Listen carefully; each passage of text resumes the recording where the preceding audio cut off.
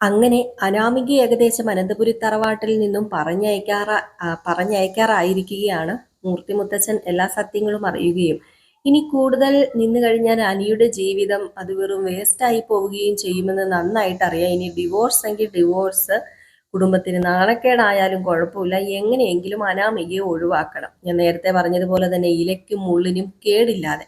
അപ്പൊ അനാമിക വിവാഹ തട്ടിപ്പുകാരിയാണെന്നും പല പല ട്രാപ്പിൽ ഇങ്ങനെ ഓരോ പയ്യന്മാരെ പെടുത്തി ഈ ഹണി ട്രാപ്പ് എന്നൊക്കെ പറഞ്ഞ് പൈസ അടിച്ചു മാറ്റിയിട്ടുള്ള വിവരമൊക്കെ ഞാൻ കഴിഞ്ഞ എപ്പിസോഡിൽ ഇട്ടിട്ടുണ്ടായിരുന്നു. അപ്പൊ അതുകൊണ്ട് തന്നെ വളരെ സൂക്ഷിച്ച് കൈകാര്യം ചെയ്യേണ്ട കാര്യമാണിത്. എടുത്തു ചാടി പിടിച്ചോ തപ്പോന്നും പറഞ്ഞ് ചെയ്തിട്ട് കാര്യമില്ല എന്ന് മൂർത്തിക്ക് മനസ്സിലായി. അതുകൊണ്ട് മൂർത്തിയും വസന്തരയും കൂടെ നമ്മുടെ ആദർശം ഉണ്ട് കേട്ടോ. ആദർശിനോട് സത്യങ്ങളൊക്കെ പറയുന്നുണ്ട്. ആദർശം കൂടെ ചേർന്ന് തന്ത്രപരമായിട്ട് വേണുവിനെയും രേവതിയെയും ഈ പറയുന്ന അനാമികയും പോലീസിനെ കൊണ്ട് പിടിപ്പിച്ച് ഒരിക്കലും ഊരാത്ത രീതിയിൽ പിടിപ്പിക്കുക എന്നൊക്കെ പറയില്ലേ, അതുപോലെ പിടിപ്പിക്കാൻ തന്നെ തീരുമാനിച്ചിരിക്കുകയാണ്. അപ്പൊ അതൊക്കെ അവിടെ നിൽക്കട്ടെ, അതിൻ്റെയൊക്കെ ഓരോ കാര്യങ്ങൾ ഇങ്ങനെ നടന്നു പൊക്കോണ്ടേ ഇരിക്കുകയാണ്.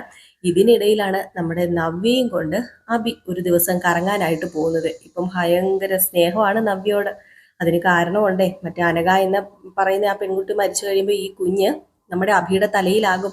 അതിനു മുമ്പ് നവ്യേനെ സോപ്പിട്ട് കയ്യിലെക്കി വെക്കണം. വേറെ ആരെ സോപ്പിട്ടാലും നടക്കില്ല. നവ്യേനെ സോപ്പിട്ട് കയ്യിലാക്കി വെച്ച് കഴിഞ്ഞിട്ടുണ്ടെങ്കിൽ എന്തെങ്കിലുമൊക്കെ നടക്കും. അപ്പൊ അത് അഭിക്ക് അറിയാവുന്നത് കൊണ്ടാണ് അഭി ഇങ്ങനെ സോപ്പൊക്കെ ഇട്ട് നമ്മുടെ നവ്യേനെയും കൂട്ടി കറങ്ങാനും ചുറ്റിയടിക്കാനൊക്കെ പോകുന്നത്. അങ്ങനെ നവ്യക്ക് ഇഷ്ടമുള്ള പലഹാരങ്ങളും ഫ്രൂട്ട്സും അതുപോലെ തന്നെ ഷെയ്ക്കും സലാഡും ഒക്കെ മേടിച്ചു കൊടുത്ത് ഇങ്ങനെ സോപ്പിട്ട് കൊണ്ടുപോവാം. അപ്പൊ ഇതിനിടയിൽ നമ്മുടെ നവ്യക്ക് ഭയങ്കരമായിട്ട് ദാഹം വന്നു. ഇതിനിടെ നയന എന്ന് വല്ല പേര് പറഞ്ഞിട്ടുണ്ടെങ്കിൽ ഒന്ന് ക്ഷമിച്ചേക്കണം കേട്ടോ. അപ്പൊ നവ്യക്ക് നല്ലൊരു ദാഹം വന്നു. അപ്പൊ നല്ല ഭയങ്കര ദാഹം. എനിക്ക് ഇപ്പൊ കരിക്ക് വെള്ളം കുടിക്കാൻ തോന്നുന്നു അഭി. അഭി അവിടുന്ന് പോയി കരിക്ക് മേടിച്ചോണ്ട് വാ എന്ന് പറഞ്ഞ് അവിടെ ഒരു കരിക്ക് കിട്ടുന്ന ചേട്ടൻ ഉണ്ടായിരുന്നു. അപ്പൊ അവിടെ നിന്ന് പോയി അഭി കരിക്ക് മേടിക്കാൻ പോവാ. പ്രാഗിട്ടാട്ടോ പോകുന്നത്. ഇവള് പറയുന്നതെല്ലാം കേൾക്കേണ്ടി വരുന്ന ഒരവസ്ഥയെ, ഓ എൻ്റെ ഈശ്വര, ഇതിനി എത്ര നാൾ ഇവള് പറയുന്നതൊക്കെ കേൾക്കേണ്ടി വരും എന്ന രീതിയിലാണ് പോകുന്നത്. ഇതേ സമയം നമ്മുടെ അനന്തപുരി തറവാട്ടിൽ ജലജയും അനാമികയും പിന്നെ ജാനകിയും കൂടെ ചേർന്ന് നമ്മുടെ അഭിനെ കുറിച്ച് പറയുകയാണ്. അപ്പൊ അഭിനെ കുറിച്ച് പറയുമ്പോൾ 100 നാക്കാണല്ലോ ജലജയ്ക്ക്. അനാമികയ്ക്കും ജാനകിക്കും കിട്ടിയ അവസരമല്ലേ. അവനിപ്പോ എപ്പോഴും ചുറ്റിക്കറങ്ങല നവ്യായിട്ട്. ഏതായാലും ആദർശിനെ പോലെ ആയി. ഇപ്പൊ എന്തിനും ഏതിനും ഭാര്യ വേണമെന്നായി. ആ, എപ്പോഴും അവിടെ പോകുന്നുണ്ടെന്നാ കേട്ടത്. കണ്ടവര് പറയുകയും ചെയ്യുന്നുണ്ട്. മിക്കവാറും അവിടെ പോയി ഇനി കിടപ്പും കൂടെ ആക്കിയാൽ മതി, സ്ഥിരതാമസം കൂടെ ആക്കിയാൽ തീർന്നു. ഇത് കേട്ടതും ജലജ, പിന്നെ എന്റെ മോൻ അങ്ങനെ അവളെ സ്നേഹിക്കത്തൊന്നുമില്ല. ഇനി സ്നേഹിക്കുന്നുണ്ടെങ്കിൽ തന്നെ അതിനെന്തെങ്കിലും കാരണം കാണും, അല്ലാതെ എന്റെ മോൻ അങ്ങനെ സ്നേഹിക്കൊന്നുമില്ല. പിന്നെ കാരണമുണ്ടല്ലോ സ്നേഹിക്കാന്. അതെ ജലജെ, ഞാനൊരു കാര്യം പറയട്ടെ. ജലജെ, നിന്റെ മകന്റെ കുഞ്ഞ് അവളുടെ വയറ്റിൽ കിടക്കണത്. അപ്പൊ പിന്നെ അവൻ സ്നേഹിക്കില്ലേ? ആ കുഞ്ഞ് ജനിക്കാറായി. അതുകൊണ്ട് തന്നെ ഈ കുഞ്ഞുങ്ങൾ ജനിക്കുമ്പം ചില പെണ്ണുങ്ങൾക്കൊക്കെ സമയം തെളിയെന്ന് പറയുന്ന കേൾക്കാം. അതുപോലെ നവ്യക്കും സമയം തെളിഞ്ഞു. അതാ ഇപ്പൊ നവ്യയെ പൊന്നുപോലെ അഭി കൈവെള്ളെ കൊണ്ട് നടക്കുന്നത്. ജലജ എന്തൊക്കെ പറഞ്ഞാലും അവനിപ്പൊ തനി പെൺകോന്തന. ഇത് കേട്ട ഉടനെ, ഓ ജാനകി, നീ നിന്റെ മോന്റെ കാര്യം ആദ്യം നോക്ക്. നിന്റെ മോൻ നിന്റെ മരുമകളെ കൈവെള്ളെ കൊണ്ട് നടക്കുന്നുണ്ടോ? അത് നീ ആദ്യം നോക്ക്, എന്നിട്ട് മതി എന്റെ മകനെ പറയാൻ പറ്റുന്നത്. ആ, ഇനി കൂടുതലാരും ഇത് പറഞ്ഞ് എന്നെ കുത്തി കുത്തി വേദനിപ്പിക്കാനൊന്നും ശ്രമിക്കണ്ട. എന്റെ മകൻ എന്തെങ്കിലും ചെയ്യുന്നുണ്ടെങ്കിലേ അത് എന്തെങ്കിലും അവന്റെ മുമ്പിലും പിൻപിലും കാണും. അല്ലാതെ എൻ്റെ മകനൊന്നും ചെയ്യില്ല. അവനെ ഞാനാ വളർത്തിയത്, അല്ലാതെ ദേവയാനിയല്ല എന്നിങ്ങനെ പറഞ്ഞു. കാരണം ദേവയാനി വളർത്തിയത്, അനിയെ വളർത്തിയത് ദേവയാനിയാണല്ലോ. അപ്പൊ അതുകൊണ്ടാണ് പറഞ്ഞത്. ഏതായാലും ജാനകി പറഞ്ഞു, ഞാൻ നിന്നോട് വഴക്ക് കൂടാനൊന്നും അല്ല ജലജ പറഞ്ഞത്. കണ്ട കാര്യം കേട്ട കാര്യമൊക്കെ ഞാൻ പറഞ്ഞു, അത്ര മാത്രമേ ഉള്ളൂ. അപ്പോഴത്തേക്കാണ് അനാമികയും പറയുന്നത്, എന്തായാലും അപ്പച്ചി, എൻ്റെ അമ്മായിയമ്മ പറയുന്നതിലും കാര്യമുണ്ടേ. ഈ പറയുന്ന നവ്യ ഇപ്പൊ നിൽക്കുന്നത് എവിടെയാ? നവ്യയുടെ വീട്ടില്. ഇതുപോലെ പോയി ഒരു ദിവസം നിന്നിട്ട് തിരിച്ചു വന്നപ്പോഴാണ് ആദർശേട്ടന് നയനയോട് സ്നേഹം തുടങ്ങിയത്. ഇതിപ്പോ എന്തോ കൂടോത്രമാണെന്ന് എനിക്ക് തോന്നുന്നത്. ആ കനക എന്ന് പറയുന്ന സ്ത്രീയെ ഉള്ള അമ്പലങ്ങളിലും മുസ്ലിം പള്ളികളിലും ഒക്കെ കയറി ഇറങ്ങുന്നുണ്ട്. അവിടെയൊക്കെ ചെന്ന് കഴിഞ്ഞ് നല്ല കൂടോത്രം കിട്ടും, കൂടോത്രം. ആ വഴി മിക്കവാറും അഭിയേട്ടനെ അങ്ങോട്ടേക്ക് കൊണ്ടുപോകാനായിരിക്കും ചാൻസ് കൂടുതൽ, അല്ലാതെ വേറൊന്നും എനിക്ക് തോന്നുന്നില്ല എന്ന് പറഞ്ഞിട്ട് നമ്മുടെ അനാമികയും അങ്ങ് പോയി. ജലജയ്ക്കാണെങ്കിൽ തലവേദനയോട് തലവേദന. ഇവനെ ഒറ്റ ഒരുത്തൻ കാരണം ഞാൻ നാണം കെടുവാണല്ലോ. ഇവനിപ്പോ എന്തിനാ ഈ പെറാറായ സമയത്ത് ഈ പെണ്ണിന്റെ പുറകെ നടക്കുന്നതെന്നുള്ള രീതിയിൽ ഇങ്ങനെ മനസ്സിലിങ്ങനെ പലതും ആലോചിച്ച് കൂട്ടുന്നു. ഈ സമയത്ത് കരിക്കൊക്കെ മേടിച്ചുകൊണ്ട് വരാൻ പോയിട്ടോ നമ്മുടെ അഭി. വണ്ടിയിൽ തന്നെ ഇരിക്കുകയാണ് നവ്യ. നവ്യ അവിടെ ഇരുന്ന് ഡാഷ്ബോർഡ് ഒന്ന് തുറന്നു ചുമ്മാ ഇങ്ങനെ തുറന്നപ്പോൾ ഇങ്ങനെ കൈ വെച്ചപ്പോൾ തുറന്നിങ്ങ് പോന്നു. അപ്പോഴത്തേക്ക് എന്താ ഇരിക്കുന്നു അതിനകത്ത് എന്ത്, ഒരു മൊബൈൽ ഫോൺ. ഈ മൊബൈൽ ഫോൺ എടുത്തിട്ട്, മൊബൈൽ ഫോൺ അല്ലാട്ടോ മൊബൈൽ ഫോൺ, മൊബൈൽ ഫോൺ എടുത്തിട്ട് നോക്കിയിട്ട് ലോക്ക് അഴിക്കാൻ പറ്റുന്നില്ല. ഫിംഗർ ആണേ അതിന് വേണ്ടത്. അപ്പൊ ഫിംഗർ ഏതായാലും നമ്മുടെ അഭിനെ കൊണ്ട് ചെയ്യിപ്പിക്കാൻ പറ്റത്തില്ല. അപ്പൊ ഈ മൊബൈലിനകത്ത് എന്താണെന്ന് അറിയണമല്ലോ ഈ പറയുന്ന നമ്മുടെ നവ്യക്ക്. എന്ത് ചെയ്തു, നവ്യ ആ ഫോൺ എടുത്ത് പതിയെ ബാഗിനകത്തേക്ക് അങ്ങ് വെച്ചു. ഏതായാലും ഈ കാര്യം അഭി അറിഞ്ഞതുമില്ല. അഭി കരിക്കൊക്കെ ആയിട്ട് വന്നു. ഇന്നാ നവ്യ കരിക്ക് കുടിക്കുകയെന്ന് പറഞ്ഞു. ഏതായാലും നവ്യ കരിക്കൊക്കെ കുടിച്ചിട്ട് പറഞ്ഞു, അതെ അഭി, ഞാൻ നന്നായിട്ട് ക്ഷീണിച്ചു, ഇനി എനിക്ക് വീട്ടിൽ പോകണം, വീട്ടിൽ കൊണ്ടാക്കാം. അല്ല, നമുക്ക് വേറെ എവിടെയെങ്കിലും ഒന്നും കൂടെ കറങ്ങാൻ പോകാം. എനിക്ക് വയ്യ, സത്യമായിട്ടും ഭയങ്കര ക്ഷീണമാണ്. അതുകൊണ്ട് ഒരു കാര്യം ചെയ്യാം, നമുക്ക് എങ്ങോട്ടേലും ഒന്ന് അല്ല എങ്ങോട്ടേലും ഇപ്പൊ പോകണ്ട, നാളെ വല്ല കറങ്ങാൻ പോകാം. എനിക്ക് വീട്ടിൽ പോയി ഒന്ന് കിടന്നാൽ മതി. വല്ലാത്ത കാലിനൊക്കെ വേദന. എന്നാ പിന്നെ ബാ നമുക്ക് വീട്ടിൽ പോകാം എന്ന് പറഞ്ഞ് നേരെ നന്ദാവനത്തിലേക്ക് കൊണ്ടുവിടുകയാണ്. അവിടെ ചെന്നിട്ട് നമ്മുടെ നവ്യ ആ ഫോൺ എടുത്ത് റൂമിൽ കയറി പഠിച്ച പണി 18 നോക്കുക. നവ്യ തുറക്കാനേ പറ്റുന്നില്ല. ആ ഫോണിന് ഫിംഗർ ഒക്കെ ഉണ്ട്, അപ്പൊ അതും കൊണ്ട് തുറക്കാൻ പറ്റുന്നില്ല. അപ്പോഴാണ് പെട്ടെന്ന് നമ്മുടെ നവ്യക്കൊരു ബുദ്ധി തോന്നിയത്. നയനെ വിളിച്ചു കാര്യം പറഞ്ഞാലോ. അങ്ങനെ നയനെ വിളിച്ചു. നയനെ വിളിച്ചിട്ട് പറഞ്ഞു, അതെ നയനെ, നീ പെട്ടെന്ന് ഇവിടം വരെ ഒന്ന് വരണം. എന്താ ചേച്ചി, എന്തെങ്കിലും പ്രശ്നമുണ്ടോ? ഹേയ്, പ്രശ്നമൊന്നുമില്ല, നീ പെട്ടെന്ന് ഇവിടം വരെ വാ.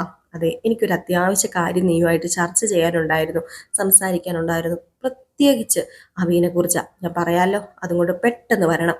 ഓക്കെ, നീ ഫോൺ വയ്ക്കേ, ഞാൻ വരാം എന്ന് പറഞ്ഞുകൊണ്ട് നമ്മുടെ നയന് ചെല്ലാണ്. അപ്പൊ നയൻ ഈ സമയത്ത് ഓഫീസിലായിരുന്നേ.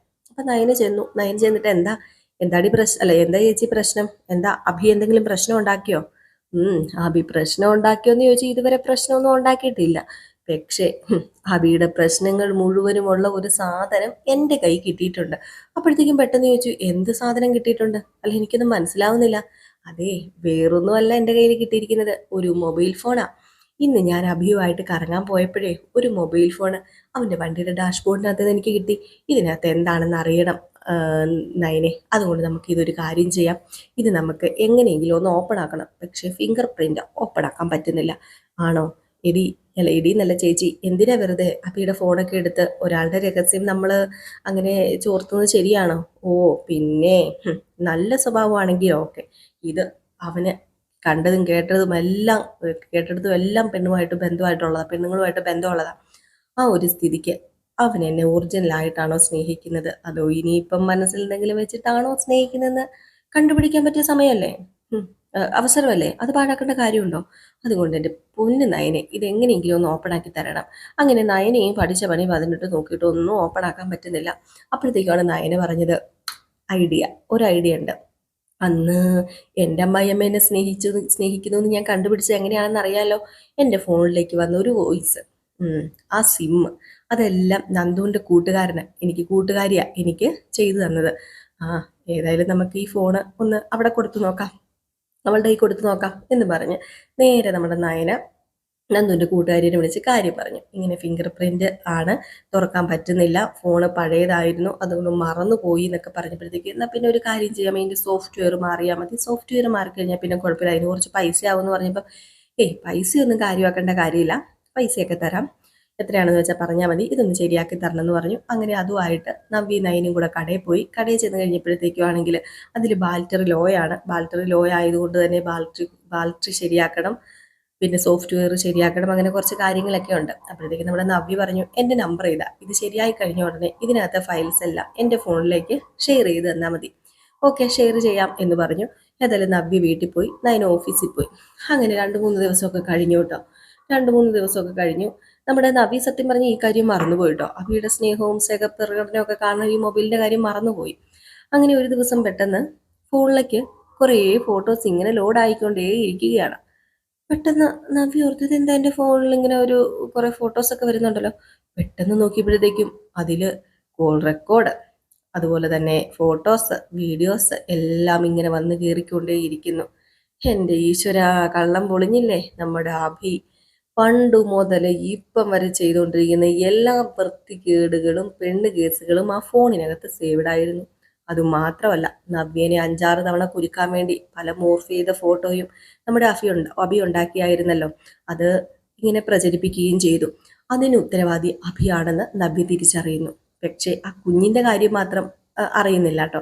ഇങ്ങനത്തെ കേസുകളൊക്കെ അറിഞ്ഞു പെട്ടെന്ന് തന്നെ നമ്മുടെ നവ്യക്ക് പ്രഗ്നന്റ് ആണല്ലോ, ടെൻഷൻ കയറി വെള്ളമൊക്കെ പോയെടുത്ത് കുടിച്ചു.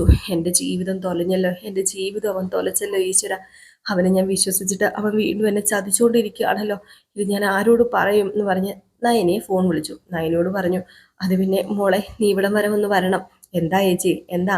അത് പിന്നെ അന്ന് നമ്മൾ കൊടുത്ത ഫോണില്ലേ, അതിനകത്ത് നിന്ന് കുറേ വീഡിയോസും ഫോട്ടോസും ഫോൺ കോൾ റെക്കോർഡ്സ് ഒക്കെ കിട്ടിയിട്ടുണ്ട്. ആണോ? എങ്കിൽ ഞാൻ ഇപ്പൊ വരാമെന്ന് പറഞ്ഞു. നയന എത്തി. നയനയുടെ കിളിയും പാറിയെന്ന് പറയുന്നതാണ് സത്യം. അതിനകത്ത് അത്രമാത്രം വൃത്തികേടുകൾ നിറഞ്ഞ ഫോൺ സംഭാഷണങ്ങളും നമ്മുടെ അഭിയുമായിട്ടുള്ള പല പല കുശല പ്രവർത്തനങ്ങളിൽ ഏർപ്പെടുന്ന വീഡിയോസുകളും ഒക്കെയാണ്. ഇതൊക്കെ ഒരു ഭാര്യ എങ്ങനെ സഹിക്കും, എങ്ങനെ താങ്ങും? നമ്മുടെ നവ്യ വല്ലാണ്ട് തകർന്നിരിക്കുകയാണ്. നയന പറഞ്ഞു, പോട്ടെ സാരമില്ല, ഇതൊക്കെ കഴിഞ്ഞു പോയതല്ലേ ചേച്ചി, ഇപ്പം അഭി നല്ലതായതായിരിക്കും. നീ എന്നെ സമാധാനിപ്പിക്കാൻ വേണ്ടി ഇങ്ങനെയൊന്നും പറയണ്ട നയനെ. എനിക്കറിയാം ദൈവം എനിക്ക് തന്ന ശിക്ഷയാ. ഞാൻ എൻ്റെ അനിയത്തിയോടും എൻ്റെ വീട്ടുകാരോടൊക്കെ കാണിച്ച അവഹേളനത്തിന് എനിക്ക് കിട്ടിയ ശിക്ഷ. ഈ വയറ്റിൽ കിടക്കുന്ന ഈ കുഞ്ഞ് അവൻ്റെ കുഞ്ഞാണല്ലോ എന്ന് ഓർക്കുമ്പം സത്യം പറഞ്ഞ് എനിക്ക് വെറുപ്പും പുച്ഛവും തോന്നുക. അയ്യോ ചേച്ചി അങ്ങനെയൊന്നും പറയരുത്. പിന്നെ ഞാൻ എന്താ എന്താ നയന ചെയ്യേണ്ടത്? അതെ ഞാൻ പറയാം, അഭിയെ മാറ്റിയെടുക്കാൻ നമുക്ക് ഇനിയും സാധിക്കും. അഭിയെ മാറ്റാന് ഞാനൊരു കാര്യം പറയട്ടെ, ഒരു കല്ലിനെ വളർത്താൻ ചിലപ്പോൾ നമുക്ക് സാധിക്കും. കല്ല് വളരില്ലെന്നാ പറയുന്നത്, പക്ഷെ അതിനെ വളർത്താൻ ചിലപ്പോൾ നമുക്ക് സാധിക്കും. പക്ഷെ അഭിയെ മാറ്റം അത് നടക്കുന്നു തോന്നുന്നില്ല. ആര് പറഞ്ഞു? ചേച്ചി നമ്മൾ വിചാരിച്ചാൽ നടക്കാത്തതൊന്നുമില്ല. ചേച്ചി സമാധാനമായിട്ട് ഇരിക്കുക.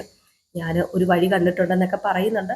അപ്പൊ ഇങ്ങനെ ഉള്ള വിശേഷങ്ങളൊക്കെ ഇനി വരാനിരിക്കുന്നതാണ് കേട്ടോ. അപ്പൊ ഇതിന്റെ ബാലൻസും ഭാഗങ്ങളൊക്കെ ആയിട്ട് നാളെ കറക്റ്റ് ഒരു 12:45 കാണാം കേട്ടോ. അപ്പൊ എല്ലാവരും കാത്തിരിക്കുക. നയനിലെയും ആദർശിന്റെയും ഫുൾ വിശേഷവും പ്രമോ വിശേഷവും നമ്മൾ മെയിൻ ചാനലിലാണ് ഇടുന്നത്. അപ്പൊ മെയിൻ ചാനലിന്റെ ലിങ്ക് അറിയത്തില്ലാത്തവർക്ക് ഞാൻ പേര് പറഞ്ഞു തരാം. ജിൽ ജിൽ ചിന്നു, ജിൽ ജിൽ JILJILCHINU. അപ്പം ഇതാണ് നമ്മുടെ ചാനലിന്റെ മെയിൻ ചാനലിന്റെ പേര്. അതിനകത്ത് നമ്മൾ ഫുൾ വിശേഷം വിത്ത് ഡയലോഗ് പ്രമോ വിശേഷം ഒക്കെ ഇടുന്നുണ്ട് കേട്ടോ. അപ്പം എല്ലാവരും കാത്തിരിക്കുക. നിങ്ങളുടെ സ്നേഹത്തിനും സപ്പോർട്ടിനും ഒരുപാട് നന്ദിയുണ്ട്. വീണ്ടും നിങ്ങളുടെ സ്നേഹവും സപ്പോർട്ടും തന്നെ ഈ രീതിയിൽ വേണം. അതാണ് ഞങ്ങളുടെ പ്രചോദനം എന്ന് പറയുന്നത്. ഓരോ ദിവസത്തെ വ്യൂസ് കൂടുന്നതിനനുസരിച്ച് നമുക്ക് വീഡിയോ ഇടാനുള്ള ടെൻഡൻസി കൂടി വരും. കാരണം വ്യൂസ് കുറയുന്നതനുസരിച്ച് ഞങ്ങളും അങ്ങ് താന്നു പോകട്ടോ, ഇത്രയും പേരെ കാണുന്നുള്ളല്ലോ. പക്ഷെ കൂടുന്നതനുസരിച്ച് എന്നാ കാണുന്നുണ്ടല്ലോ എന്ന് നമുക്കൊരു ഊർജം തോന്നും കേട്ടോ. ഏതായാലും അതൊക്കെ നിൽക്കട്ടെ. നിങ്ങളുടെ സപ്പോർട്ട് അത് നമുക്ക് അത്യാവശ്യമാണ്, അതാണ് പറയുന്നത്. പിന്നെ നിങ്ങൾ ഓരോ ലൈക്കുകളും അത് വിലയേറിയതാണ്. ആ ലൈക്കുകളാണ് ഞങ്ങളുടെ ഈ വീഡിയോസ് പലരിലും ഇങ്ങനെ കൈമാറി ചെല്ലുന്നത്. നിങ്ങൾ ലൈക്ക് അടിക്കുന്നതനുസരിച്ച് നമ്മുടെ വീഡിയോ ഇങ്ങനെ ഓരോരുത്തരിൽ എത്തി പോയിക്കൊണ്ടിരിക്കും. അതുകൊണ്ടാണ് ദയവ് ചെയ്ത് ലൈക്ക് അടിക്കണം എന്ന് നിങ്ങളോട് പറയുന്നത്. പിന്നെ നിങ്ങൾക്ക് ഇഷ്ടപ്പെട്ട ലൈക്ക് അടിച്ചാൽ മതി കേട്ടോ. അപ്പോൾ എല്ലാവർക്കും ടാറ്റാ ബൈ ബൈ.